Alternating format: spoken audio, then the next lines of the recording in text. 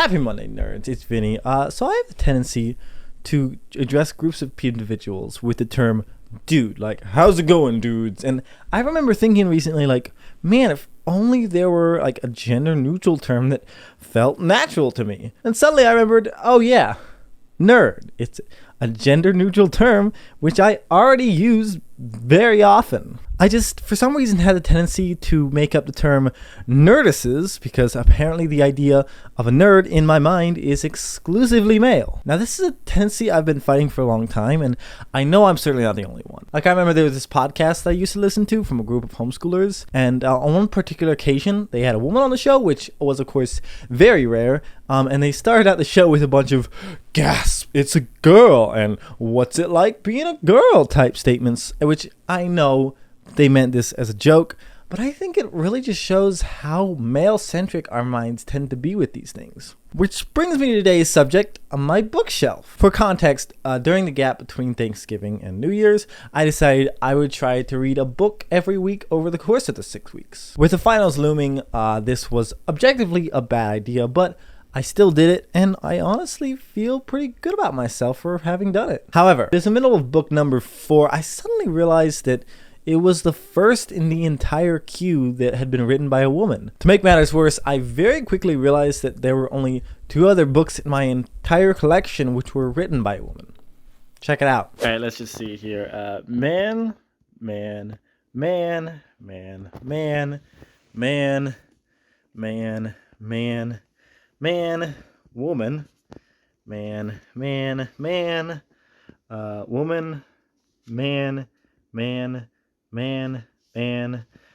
mostly men, man, men, a woman, man, and man.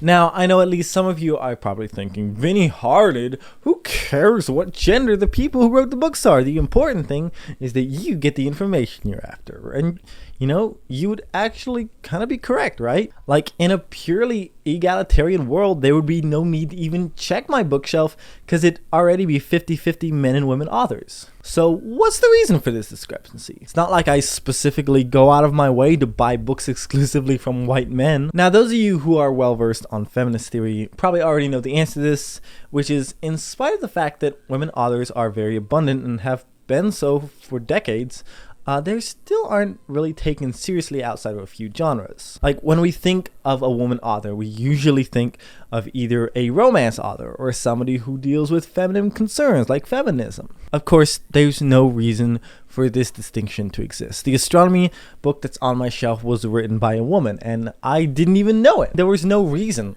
for me to know that. It's not a relevant part of the book's content. It's not like if a white male wrote a book about what a woman is, that'd be fucking weird, right? However, this unconscious bias also sets up an interesting conundrum. In order for me to ever achieve equality on my bookshelf, I would have to spend at least the next probably 2 years buying and reading books only from women. Like, it's funny, right? Like, in order to achieve any resemblance of equality, I've got to be actively sexist towards men. And I think that's why so many men feel betrayed by feminism. Like, it's not really justifiable, but still, seeing women and people of color and other historically marginalized groups being lifted up for some reason makes a lot of people feel like their own voices are being ignored. Of course, they're not.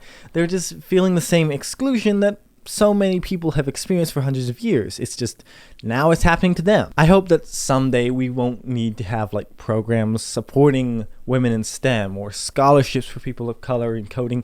I want diversity among the authors on the books in my shelves because that means exposing myself to more perspectives. If that means making a conscious choice to counter my unconscious bias, sometimes you just gotta do what you gotta do. Anyway, right before recording this video, I actually was at the bookstore and I got 2 books that are by women, but also I got 3 books that were by white men. So, step in the right direction, maybe?